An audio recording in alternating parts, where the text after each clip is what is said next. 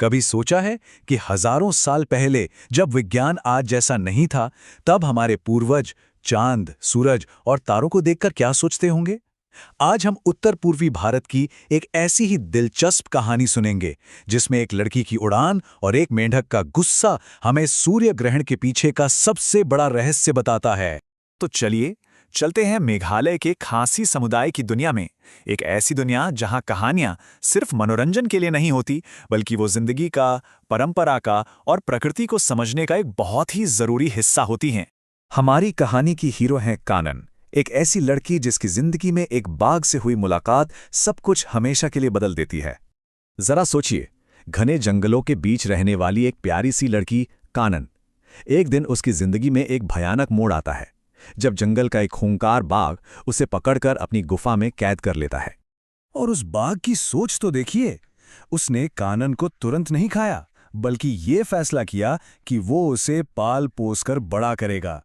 बेचारी कानन इस डरावनी सच्चाई से बिल्कुल अनजान उस गुफा में मिले खाने पीने को ही अपनी किस्मत मानकर जीने लगी। लेकिन उस अंधेरी गुफा में कानन अकेली नहीं थी। कोई था जो उस पर नजर रखे हुए था, और वही उसकी उम्मीद की आखिरी किरण बनने वाला था।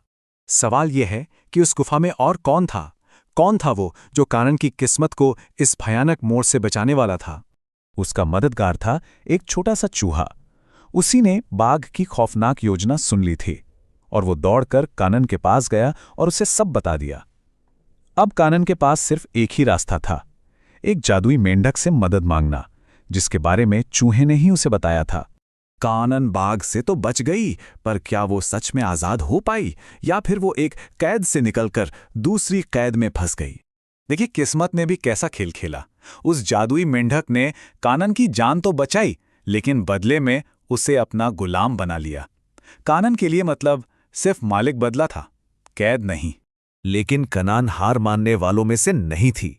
इस बार उसने एक ऐसी उड़ान भरने की ठानी जो उसे जमीन के हर बंधन से, हर कैद से हमेशा के लिए आजाद कर देती। और एक बार फिर वही छोटा सा चूहा फरिश्ता बनकर आया। उसने कानन को मेंढक की कैद से छुड़ाया और उसे एक ऐसे जादुई पेड़ के पास ले गया जिसकी टहनियां सीधे आसमान को छूती थीं।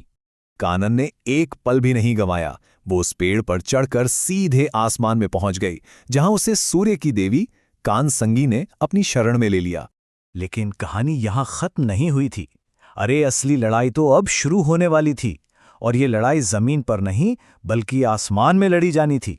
हुआ ये कि आसमान में पहुंचकर सूर्य देवी को मेंढक की जादुई खाल का राज पता चल गया, और उन्होंने उसे जला दिया। बस फिर क्या था, अपनी शक्ति खोकर मेंढक गुस्से से पागल हो गया और सूर्य देवी से लड़ने के लिए सीधे आसमान में पहुंच गया।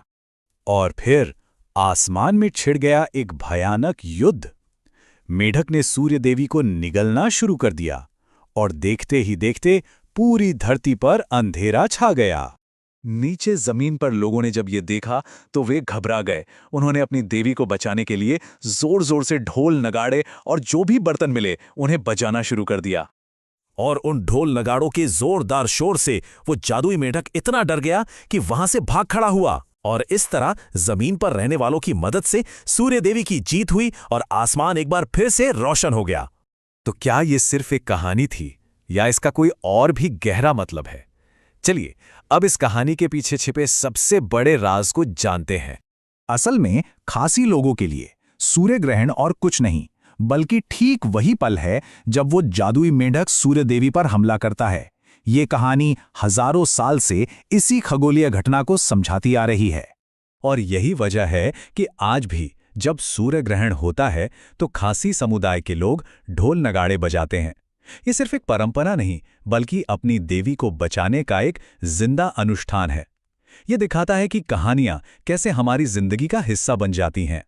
तो सोचिए, ऐसी और कितनी कहानियां होंगी जो हमारे आसपास की दुनिया के राज खोलती हैं। कानन की कहानी हमें याद दिलाती है कि लोक कथाएं सिर्फ कहानियां नहीं होती, बल्कि वो विज्ञान, इतिहास और संस्कृति को समझने का एक जरिया भी हैं। आपके इलाके में ऐसी कौन सी कहानी सुनाई जाती है?